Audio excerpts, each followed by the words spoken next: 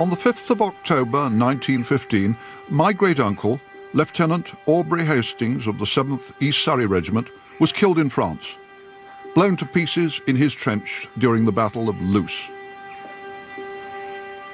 I grew up with his story, reading the unhappy letters that he wrote amid the poppies of the battlefield, along with those of a grandfather and another great-uncle who survived. But this is the first time I've visited the cemetery at Fouquier-la-Bethune, where Aubrey's buried, one of some 900,000 British Empire dead of the First World War. Almost everyone in this country shares such links with that catastrophe for our forefathers and for Europe. It's a funny business, looking down at the last resting place of one of my own family whom I never met, who died in a struggle that I've spent decades reading about. Its horror is not in doubt. But where I part company from what we might call the Blackadder take on history is to believe that it was also futile, that it didn't matter which side won. In the 21st century, the British people are deeply wedded to the idea that the Second World War was our good war, the first our bad one. But what if we'd stayed out? What if Germany had won? In my opinion, the deaths of Aubrey Hastings and hundreds of thousands of his comrades were assuredly a great tragedy, but they were not for nothing. Many British people honour the men who fought and died with a mixture of sorrow and a sense of waste. A belief that no cause could have justified so horrendous a sacrifice. But 100 years after the outbreak, it seems time to revisit the reasons we went to war in 1914. I want to argue that far from Britain having plunged into a bloodbath we could have stayed out of, our part in the First World War was tragically necessary.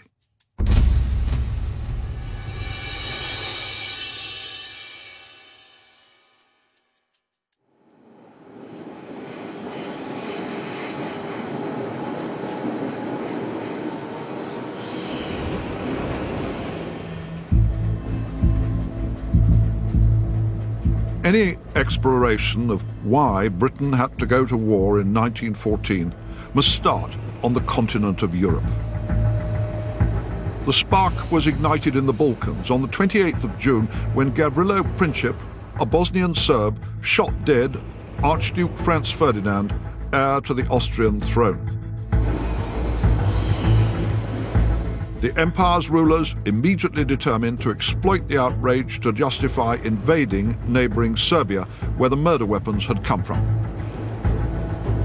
But the Russians were Serbia's close allies, and they made it plain they would fight to protect their fellow Slavs.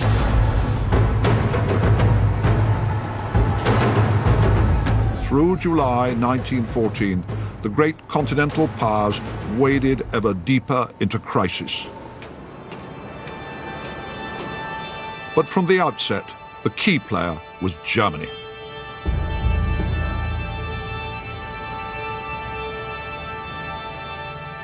On the 6th of July, its rulers pledged the Austrians their unconditional support to smash Serbia, promising to deal with Russia and its own ally France if they intervened. Day by day, it became plainer that none of the big players would back down. And thus began the countdown to the First World War. Some historians have argued that once it became clear that Austria and Germany were going to war with France and Russia, we, the British, should simply have left them to get on with it, stayed out. That all that would have come out of a German victory was a fast-forwarded version of today's European Union. I don't buy that. The people who were running Germany cared nothing for democracy or other people's freedoms. Once the shooting started, it became plain that their war aims were little different from those of Hitler 35 years later, excepting only the Jewish genocide.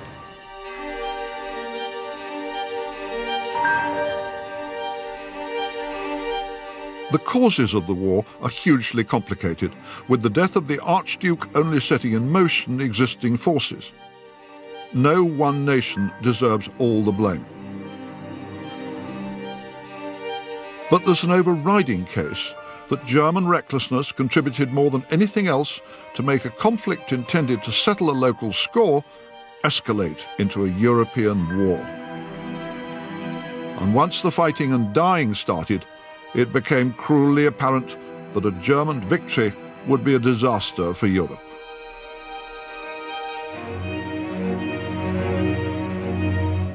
In 1914, Germany was by far the most powerful state on the continent, the most advanced society in Europe. Industrially, it was racing ahead of its rivals in every field from pharmaceuticals to automobile design. Socially, it pioneered a welfare state by creating unemployment insurance and old age pensions. German culture was revered across the world. But it became Europe's historic tragedy that the German system of government lagged generations behind everything else in the country. The Empire's elected parliament had the largest socialist party in Europe. But while the Reichstag dominated domestic affairs, it was the Kaiser, the so-called All-Highest, Wilhelm II, who still made every key appointment and controlled decisions about war and peace. Wilhelm was a weak man who sought to masquerade as a strong one, chronically unstable and prone to violent mood swings. He wasn't at heart a warmonger, as of course Hitler was, but he loved to play at soldiers. He offered threats and blandishments to other powers, which he always got in the wrong order.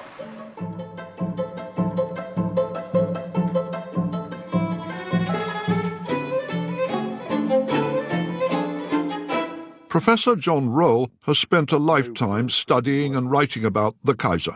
How personally influential was Kaiser Wilhelm in the decision for war?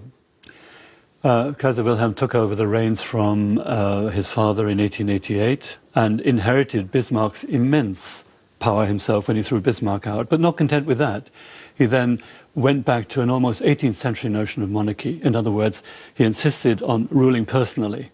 With the result, he appointed all ministers, all the chancellors, all the generals, all the admirals, himself personally, according to his likes and dislikes.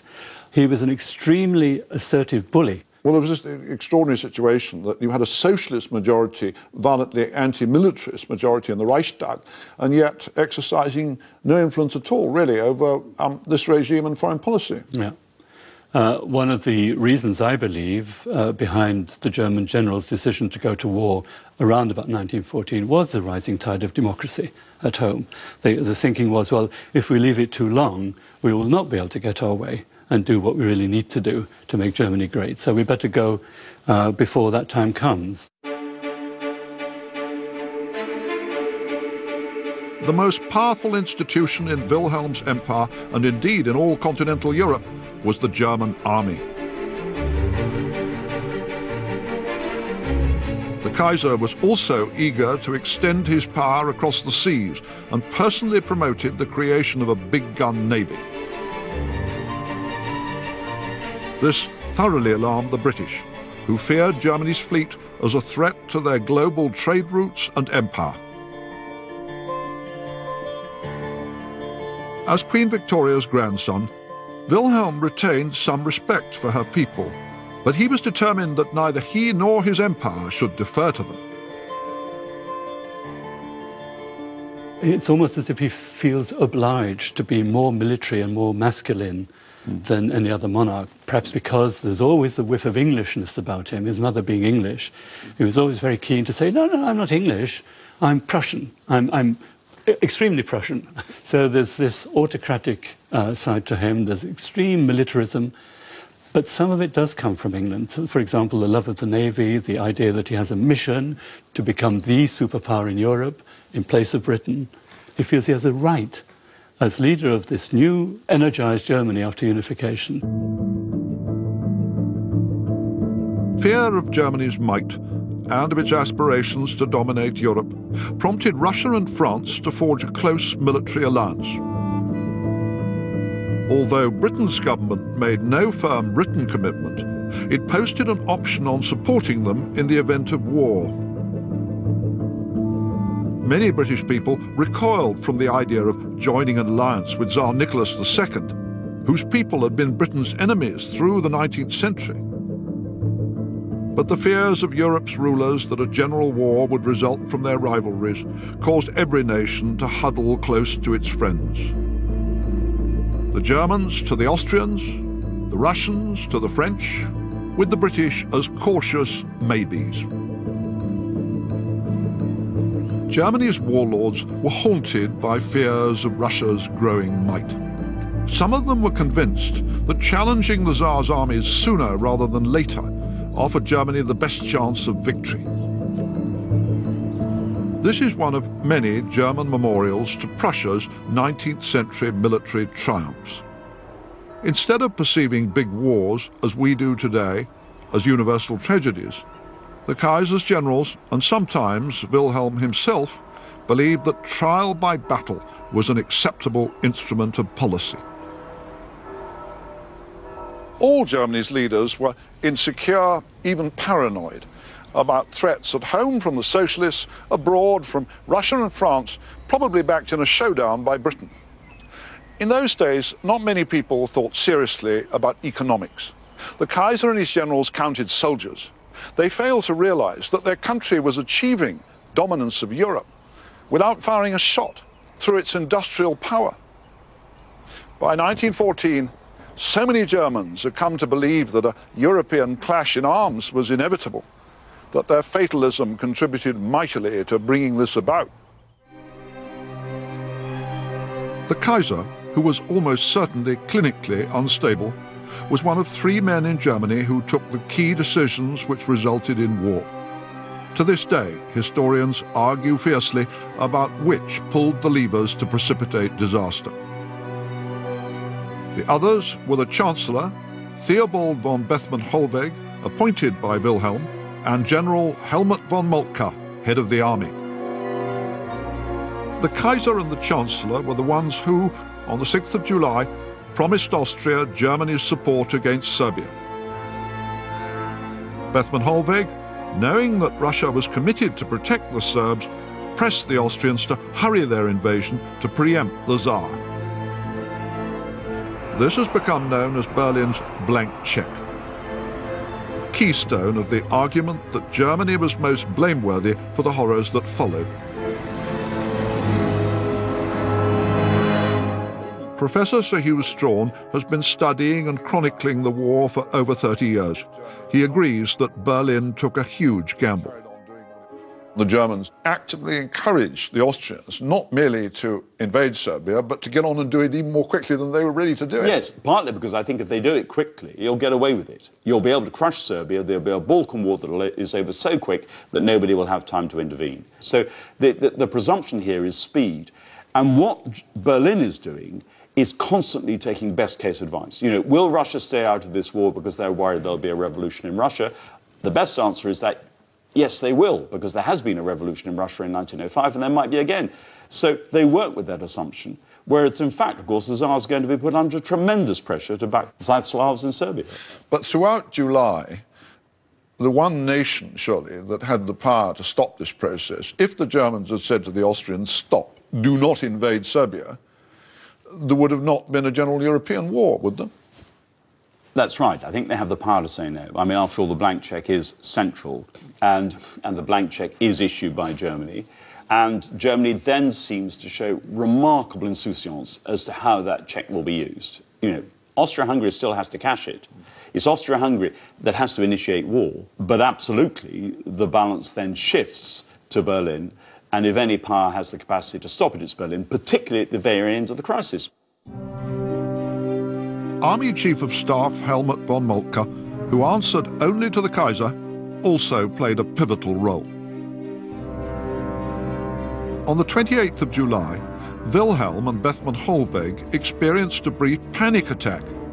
The looming war now looked far bigger and graver than they'd bargained for. But Moltke, on his own initiative, telegraphed the Austrians and urged them to hasten their attack. The Chief of Staff had long argued that if Germany must face a European showdown, it was better to have it before the Russians' big armaments expansion program was complete. At an Imperial Council meeting in December 1912, he's reliably reported as saying, "War, and the sooner the better." Annika Mombauer is a German scholar who's written a biography of the Chief of Staff which emphasises his role in the July crisis. Where did Moltke fit into the decision for war? Well, Moltke very much advocates war. He thinks that war is inevitable in the long run. He thinks that eventually Russia will become too strong, too militarily powerful for Germany to defeat her, and therefore he creates an atmosphere in which war seems a good solution out of a perceived problem. One thing that seems extraordinary to us about how dysfunctional the German government was in July 1914 is that here you've got Moltke, who's supposed to be just the head of the army, and at a critical moment, July the 28th, he sends a telegram to Vienna, to the Austrians, telling them to get on with invading Serbia. And it does seem an extraordinary reflection of both how reckless Moltke could be and of how powerful he was. Well, you're right. He does send that telegram, and in Vienna they end up saying, well, who actually... Who rules in Berlin? Who rules in Berlin? Moltke or Bethmann? Or was it, in fact, the Kaiser? So, yes, you're completely right. He exceeds his authority, if you like, by sending this telegram. Germany's leadership in July 1914 was extraordinarily reckless in accepting the risk that by promoting a small Balkan war, they would trigger a huge European one. When it became plain that the Russians would fight rather than see Serbia go under, the Germans refused to take the one step that could have prevented a general European catastrophe, telling the Austrians to pull back. Instead, they themselves prepared to mobilize against Russia. And that's why I believe they deserve most blame for all that followed. On the 28th of July, Austria declared war on Serbia, and 2 days later, the Tsar ordered his army to mobilize. Germany then issued two ultimatums, one to Russia and another to France, its ally. Neither was expected to accept, and few of the Kaiser's generals wished them to. Berlin then set in motion its hugely ambitious war plan, designed to crush France before turning on Russia.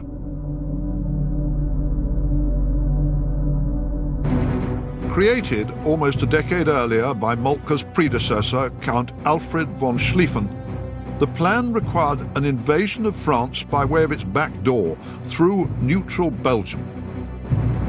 It was the German commitment to overrun Belgium which suddenly propelled Britain, hitherto a mere spectator of the continental drama, to the forefront of the stage.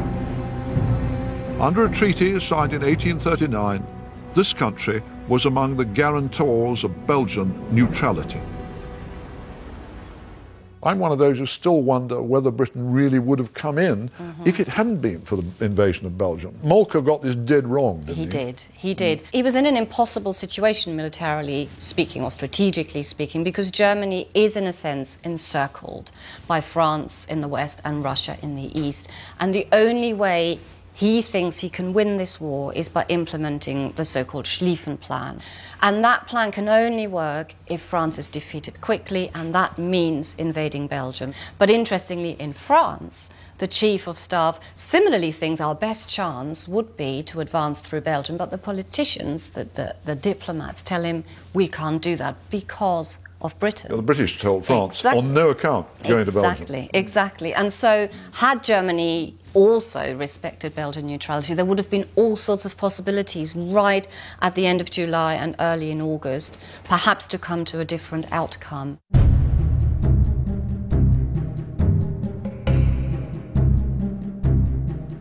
Thus, in the first days of August 1914, Germany prepared to invade and crush France in a campaign of 40 days before turning on Russia. Europe had a war, but must the British be in it? Would they fight?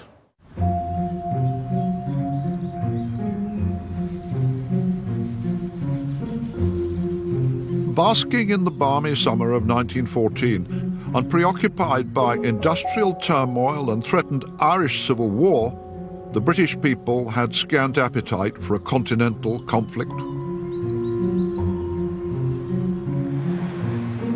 But Liberal Prime Minister Herbert Asquith and several key cabinet colleagues were appalled by the prospect of Germany achieving dominance of Europe. They doubted that Britain could merely remain a bystander while this happened. One such was the Foreign Secretary, Sir Edward Grey, who played a critical role.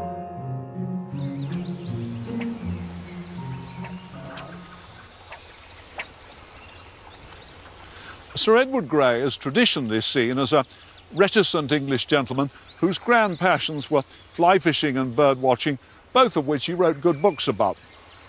But more recently, he's become a focus of fierce controversy. Some historians claim that Grey made rash, secret commitments to the French, which dragged us unnecessarily into war. For centuries, it had been a British article of faith that a balance of power, which denied absolute dominance to any one nation, must be maintained on the continent. Between 1908 and 1914, when Grey was not casting a fly on bright waters, he held secret talks with the French about British support in the event of a German attack. The Foreign Secretary was less clever and less of a statesman than his admirers thought. But the claim that he should be damned for dragging Britain into an unnecessary war doesn't stand up. I suggest that Grey was a realist about the difficulty, indeed impossibility, of Britain simply standing by doing nothing while Germany conquered Europe. If the French and Russians had been beaten, as they almost certainly would have been if Britain hadn't come in, who can imagine a victorious Germany allowing Britain to continue ruling the waves and the world's financial system any more than Hitler would have done if Churchill had tried to strike a deal with him in 1940? Nothing Grey said beforehand could have deterred the Germans, because they had weighed Britain's military power and discounted it. The little British army seemed incapable of influencing a huge clash of continental hosts. The Royal Navy was thought irrelevant because, in the Kaiser's scornful words, dreadnoughts have no wheels. The Foreign Secretary's secret and unwritten assurances to France seem to me to have reflected not warmongering but prudent and essential precaution. In July 1914, by proposing an immediate European conference, Grey did all that he could to avert war. Sir Michael Howard is Britain's most distinguished living historian.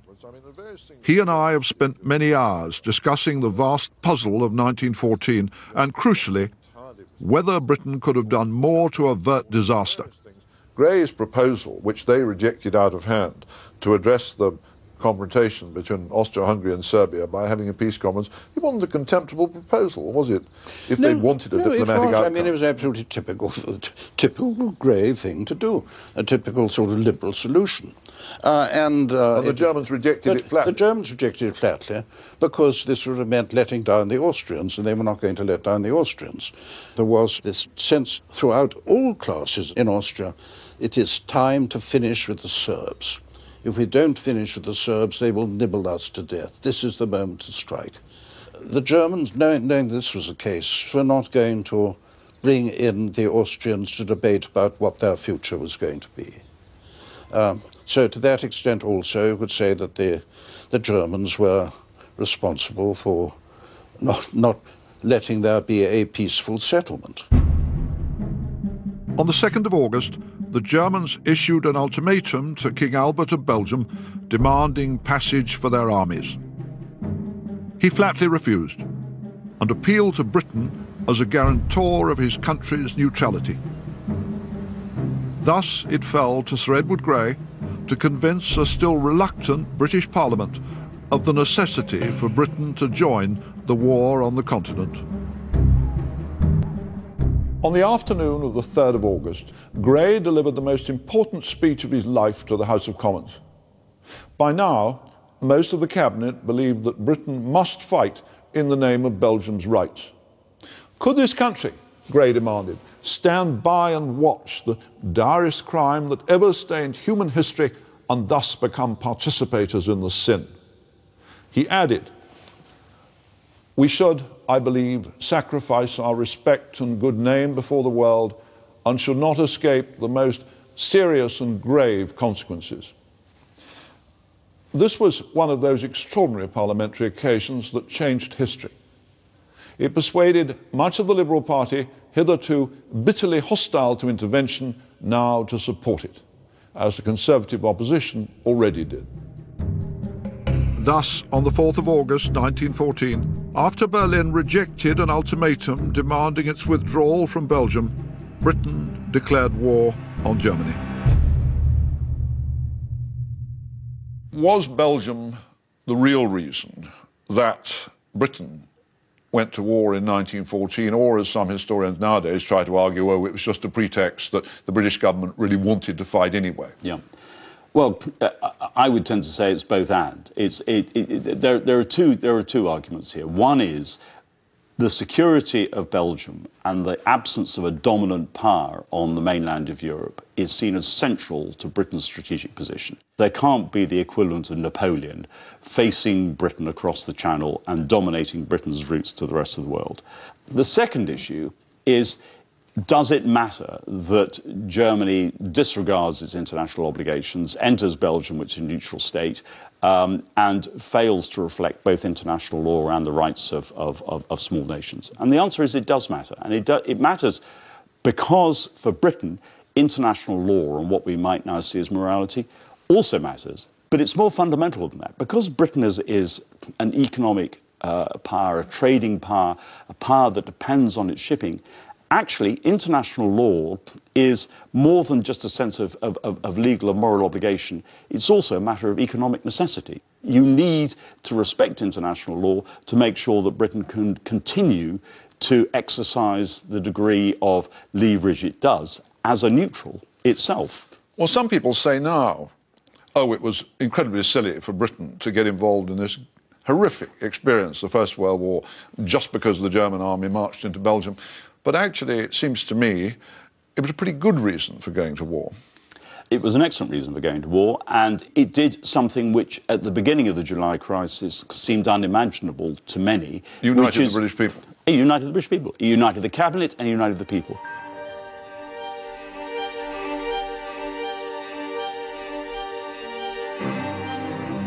As Britain mobilised its little army in that first week of August, Germany's vast host was already surging into Belgium.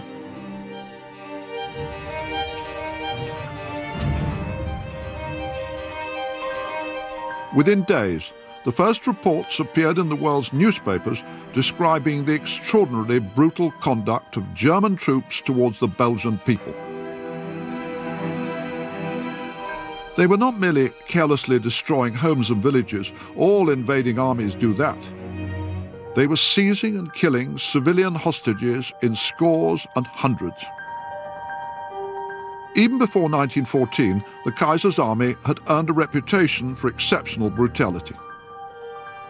Between 1904 and 7, when the Herero and Nama tribes rebelled against German colonial rule in southwest Africa, the Kaiser's soldiers killed or deliberately starved to death almost 100,000 native people. Wilhelm applauded and decorated the officer responsible. Even by the imperial standards of the day, this action was worse than any British excess.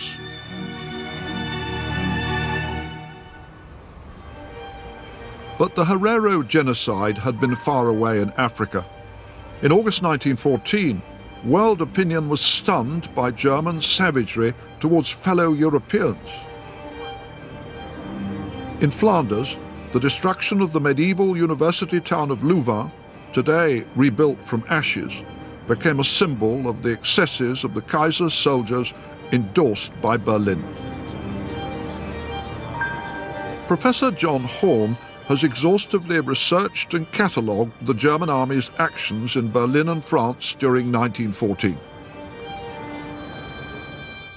John, we're here in the University Library at Louvain. What happened here? Well, on the 25th of August, there was the sound of fighting. German soldiers shooting at what they claimed was a civilian insurrection. Round about 11 o'clock in the evening, this beautiful university library was broken into by the German soldiers and deliberately set fire. One young Jesuit, Father Dupérieux, had written in his notebook that he thought the Germans, in burning down the library, had done something as barbaric as the destruction of the Library of Alexandria in antiquity. This was seized by German soldiers and he was summarily executed. And by the 29th or the 30th, you have to imagine Louvain as an almost empty town. The population that hadn't been deported gradually straggled back in to find between 1,500 and 2,000 buildings destroyed, and well over 240 of their own townspeople had been killed. All armies in all wars can behave very badly. What seems different about what happened in Belgium in 1914 was that it wasn't just a question of the odd soldiers brutally murdering a few civilians. They were systematically shooting them in scores and sometimes in hundreds as hostages. You're quite right, but what we've just described in Louvain was a terrible incident, and it immediately grabbed the international headlines. But it was typical of something that happened across the whole invasion front in Belgium and also in eastern France. And it wasn't the worst case in terms of the death rate. Dinant was destroyed as a town and 674 of its inhabitants executed 2 days before. In cold blood? In cold blood.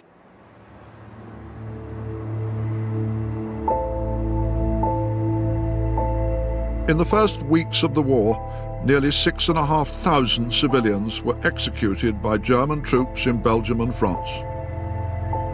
Berlin claimed that they were merely exacting legitimate reprisals for resistance by civilians, so-called francs-tireurs. But John Horn rejects this. You found no evidence at all of franc-tireur activity, did you, of guerrilla activity against the Germans? None. It was, apart from the odd, very isolated incident, but nothing which justified the German accusations, which was that there had been what they called a Volkskrieg, a people's war, a mass uprising. And the Kaiser, already by the 9th of August, only a week into the war, is accusing the King of the Belgians of fomenting such an uprising. It didn't happen. But it was the institutional response of the German generals and right up to the Kaiser that seemed striking. And it does seem to say something about the character of the regime. That's right, because very quickly, what starts out as panics and localized responses by German soldiers is immediately endorsed by the whole German command structure. And then what swings into play is a series of very brutal reprisals, which are justified in terms of German military doctrine as to what you do when you're faced with civilian uprising. For years, apologists for Germany claimed that the Belgian atrocities were figments of Allied propaganda. Some of the stories that made headlines in 1914, for instance, claims that thousands of babies were maimed by German soldiers, were indeed fabrications. But a big truth persists. The German army behaved with systemic barbarity during its advance across Belgium and France. Its actions persuaded many hitherto doubting British people that they had chosen the right side in the ghastly conflict that was unfolding. Some historians today claim that the British government's decision to go to war in defence of Belgium's neutrality was simply a fig leaf, a pretence, when really it was all simply about supporting the French against the Germans. I'd put it a bit differently. Yes, it's true that some key ministers wanted to fight anyway. But Belgium provided a tipping point. All sorts of British people who cared nothing for Serbia or Russia could easily get their minds around the notion that it was outrageous that the most powerful army in Europe proposed to crush beneath its boots a small state simply to serve the convenience of the Schlieffen Plan. And wasn't that indeed a decent and honourable reason for Britain to go to war? Had Germany been victorious on the continent, Britain would have found itself in a desperate and lonely predicament. If the Germans had won, and now I hypothesize, there would have been an Anglo-German war within a matter of years. The fear in Britain was that a power which unified the continent would then be in a position to challenge Britain's command of the sea. If she challenged and successfully overturned Britain's command of the sea, not only would we no longer have an empire, we would be at the mercy of whoever commanded the whole of Europe. That was what the British feared. That was what... And they were right to fear it. And they were right to fear it because there was a substantial element in Germany, led by the Kaiser, whose one objective was to challenge Britain as a world power, to build a great navy which could then defeat the British, and Germany would then become a world power at the expense of the British. So if the Germans had won the war, I see no way in which they would not have used their dominance of Europe to bring the British down. So we would not have avoided a war, we would only have postponed one.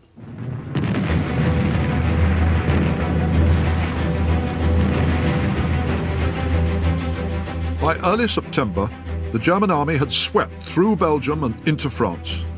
With Berlin believing that its victory was imminent, Chancellor Bethmann Hollweg drew up a list of his country's demands at the peace talks. They included seizing large swathes of land from both France and Russia, annexing Luxembourg, making Belgium and Holland vassal states. The September Plan, as it became known, was designed to secure Germany's absolute political and economic control of Europe. But in the second week of September, the French army achieved a historic victory in the Battle of the Marne, driving back the Germans from the gates of Paris. What followed in the autumn of 1914 finally wrecked Germany's dream of swift victory. It also witnessed the first big and seriously bloody battle of the war for the British. In October, the British Expeditionary Force marched towards the old Belgian cloth town of Ypres, Wipers, as millions of British soldiers came to know it. They arrived there just in time to clash head-on with a massive enemy offensive, the last great German effort to win the war by Christmas. What took place in the 5 weeks of battle around Ypres set the pattern for the vision of the First World War, which has been etched into our national culture ever since.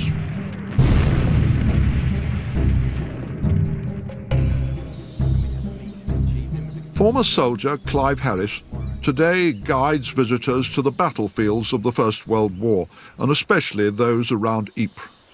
But you can see it's shell-torn. He's brought me to Polygon Wood, one of the most famous or notorious landmarks of the desperate struggle in 1914. It's right at the edge of the Menin Road, which runs back towards Ypres, which is about 5-6 kilometres behind us now. It sits right at the centre of the battlefield as well. So from the moment the Germans attack us on the 18th of October, right through to the last knock-ins of First Ypres on the 11th of November, this wood here and the two woods just to the rear of us were key as part of the battlefield. This is where the Germans made their last huge push of 1914 to try and win the war before Christmas. They did, yeah. They now realised that they needed to knock us out of the war, and by doing so they needed to capture the Channel ports, and therefore they moved away from the von Schlieffen plan to a degree, and the capture of Ypres. This is the last thing. Other side of Ypres, there is no defences. It was our last chance. There is nothing behind us but the Channel ports. And there were battles all over the shop, small battles all over the wood here. They were, yeah. We tend to think that the British line would be a continual line, when in fact it was more a series of outposts, and quite often units found themselves isolated and having to make small unit charges into Germans as opposed to a larger cohesive defence. Here in western Belgium, the war of manoeuvre, ranging across thousands of square miles that had been waged through the late summer of 1914, gave way to a stalemate across the Western Front. The technology of defence and destruction, artillery and machine guns, had achieved a dominance which confounded the generals of both sides. At Ypres, cavalrymen saw their horses almost for the last time before being obliged to join a death grapple on foot. Well, we're here. This is the site of the Horse Guards Memorial, and it marks an area where the Horse Guards fight as infantry pretty much on this spot. We're just on the... So they came charging up, dismounted... Yeah, initially and were by pushed horseback. into the... This actual spot's where one of the machine gun positions, because it gives us a great arc of fire over advancing enemy.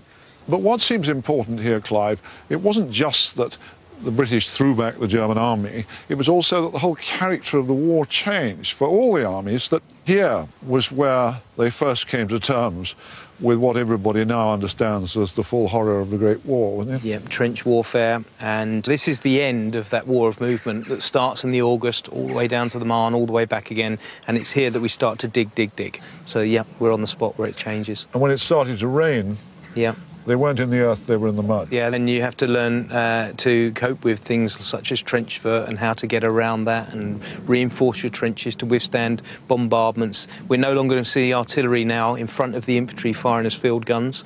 They're going to be behind the lines or certainly in sunken lanes and that sort of thing. And nobody dares show his head above the parapet. No, we go subterranean from now on, that's right. Any movement by day would have been suicidal, yeah. But the British paid a devastating price for their narrow victory at Ypres. 56,000 British soldiers were killed or wounded in a month. The old professional British Army was largely destroyed.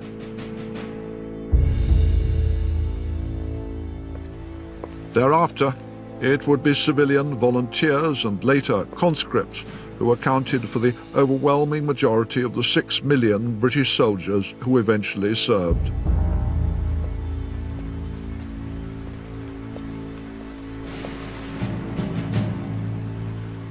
But however terrible the sacrifice, it seems mistaken to imagine that there was ever an easy means by which the war could have been ended.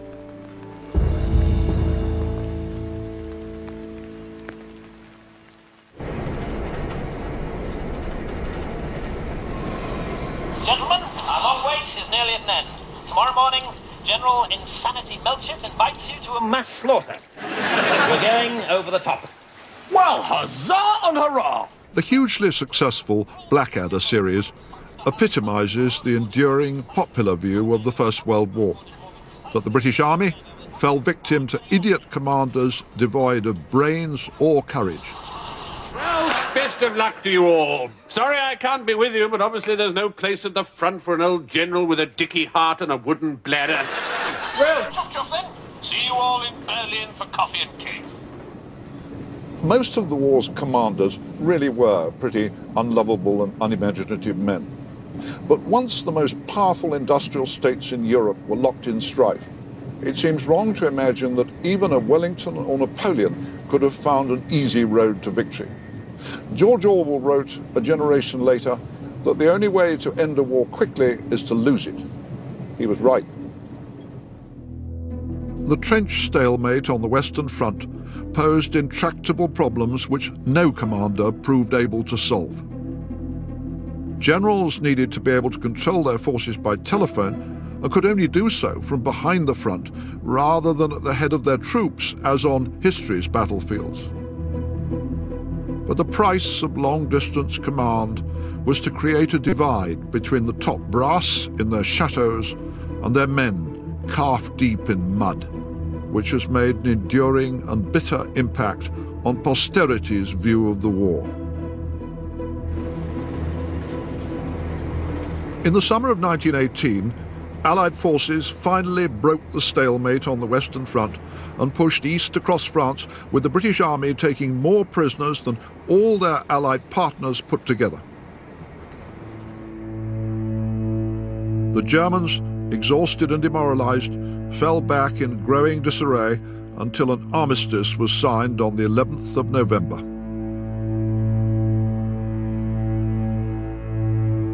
Around 10 million combatants, 900,000 of them from the British Empire, had lost their lives.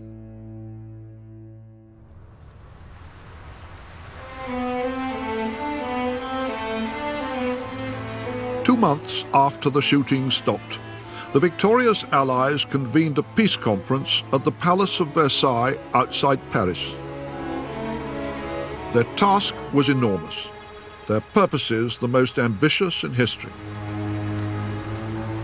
The Versailles summit has often since been branded a failure which condemned Europe to a further generation of strife. Prime Minister Lloyd George, French Premier Georges Clemenceau, and American President Woodrow Wilson led the negotiations involving delegations from many other interested nations, which lasted for 6 months between January and June 1919. Their intention was to produce a treaty that would not only reshape Europe, but also ensure that there could never again be a great war, by disarming the Germans and making them pay the costs of the conflict. Historian Margaret Macmillan is the author of the most compelling and vivid modern narrative of what happened at Versailles. What was at stake for the Allied powers at Versailles? I think they had two things they had to think about. They were deeply concerned about the state of Europe, and indeed their own countries included. There was real fear of revolution, and they were worried that the situation might deteriorate. What was also at stake, of course, is they were democracies, and they had to think of their publics. And the publics had been led to believe, and had been kept going in the war by the promise that it was going to make a much better world. And so what they had to try and do is create a better world to appease. Incredibly ambitious objectives. It was very ambitious, but then, of course, the First World War is so unusual compared to earlier wars because it was so exhausting that you couldn't just say at the end of it, well, that's it, done, we'll make a few border changes and we'll go back to normal. You couldn't go back to normal. I seem to remember that the Germans eventually paid less than they had made the French pay after they beat the French in 1871. But what the Allies couldn't say to their own people was, look, there's no way Germany can pay what really we need to rebuild, because their own people had suffered so much, and so they had to put a bill in. But what they did was they fudged it. They divided the total reparations bill up, so the Germans only paid a fraction. Once they'd paid the fraction, they'd pay the rest, which of course the Germans never wanted to do. The Allies really failed afterwards to convince their own peoples that their cause had been just, didn't they? Well, I suppose the problem with the First World War is that the expectations are so high, the promises are so great, and all sorts of promises, as we know, are made during the war to try and keep people in the war. But there's no way that all those promises can be cashed in after the war is over.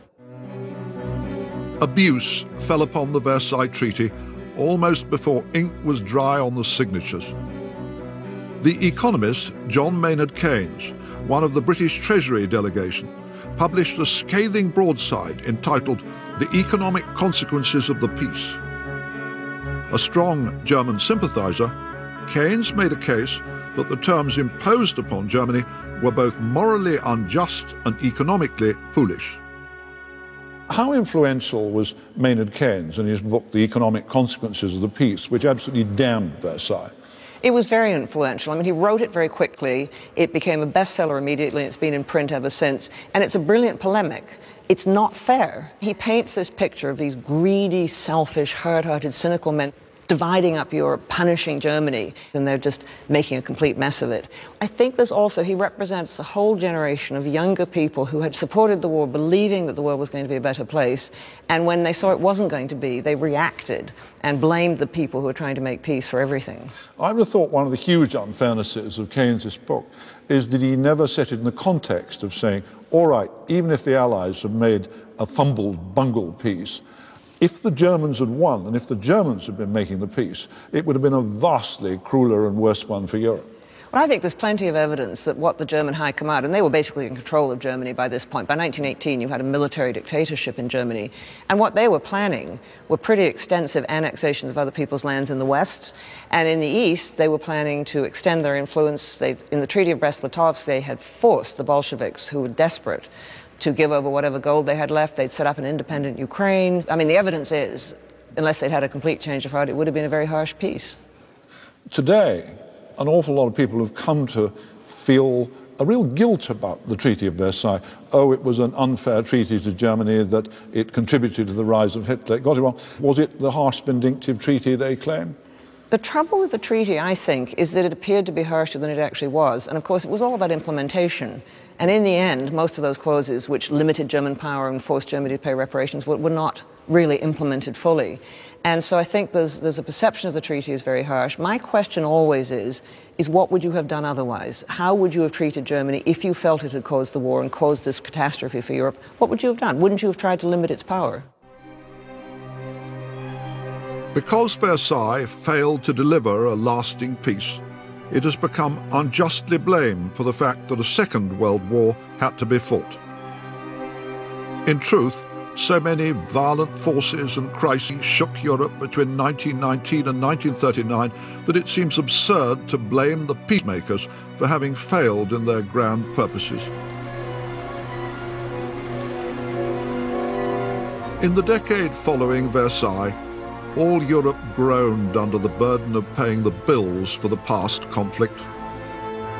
Britain was almost bankrupt, and the moral and political regeneration which Prime Minister Lloyd George had repeatedly promised failed to happen. Many men came back from the army to find their old jobs taken by civilians, often women. Whereas in 1945, veterans returned to a country run by a Labour government committed to creating a welfare state, after 1918, the old gang remained in charge of an unreformed British society. Those who had fought felt that they had been sold a false bill of goods.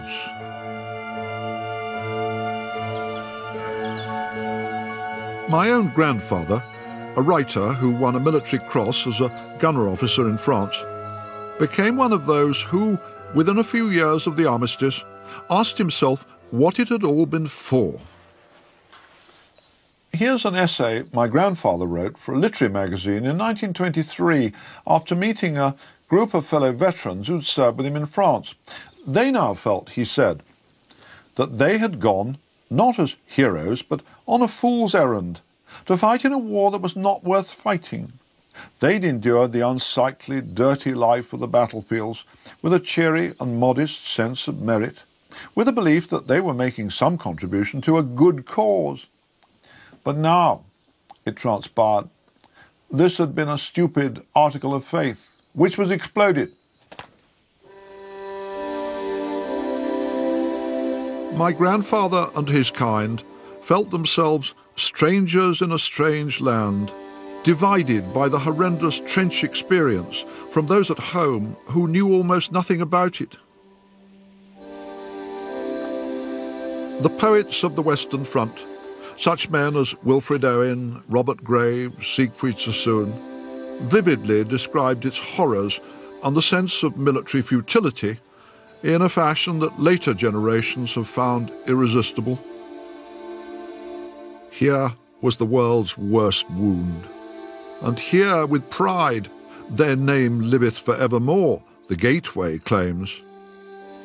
Was ever an immolation so belied as these intolerably nameless names? Well might the dead who struggled in the slime rise and deride this sepulchre of crime.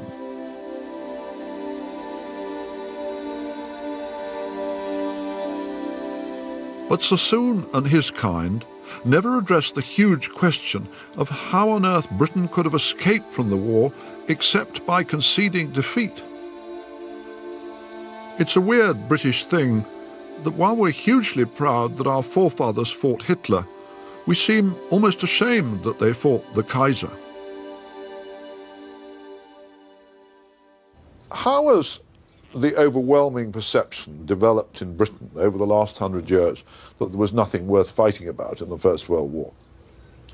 Well, the interesting point is not so much that after the war opinion changed or opinion veered to the point when it said that was a bad war, it was badly conducted, it was a waste of time and a waste of blood, and it should never have happened. Nobody thought that in 1918.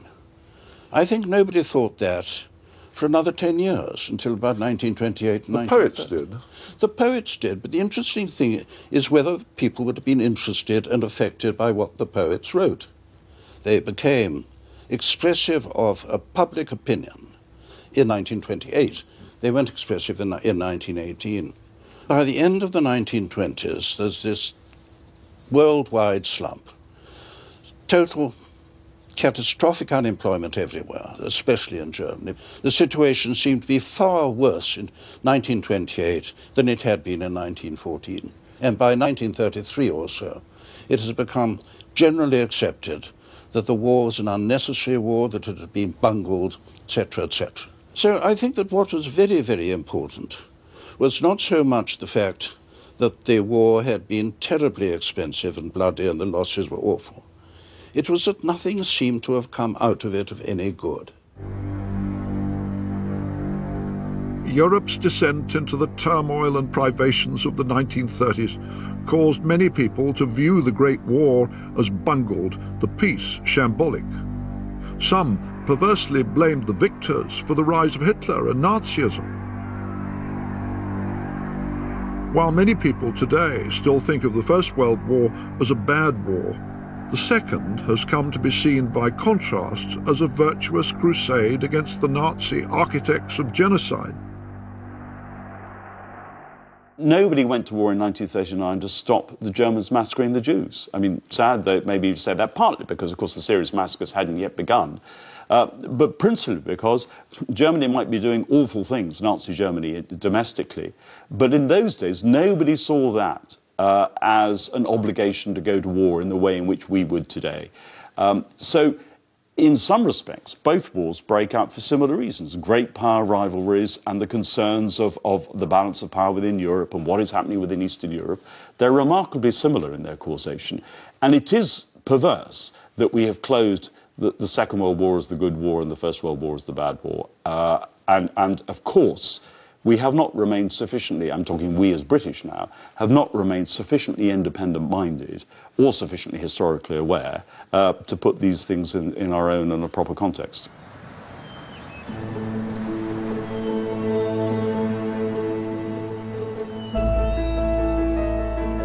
No sane person believes that Britain wanted a war in 1914.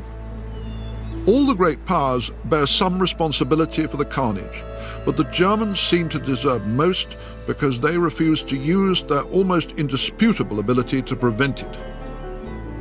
They failed to see that nothing they hoped to get out of the war could justify its horrendous prospective risk and actual cost. Britain emerged from the First World War with little to show save a few worthless colonies and a host of public memorials. But the right questions to ask about the conflict and the nation's sacrifice today are whether we could justly or sensibly have stayed out of it.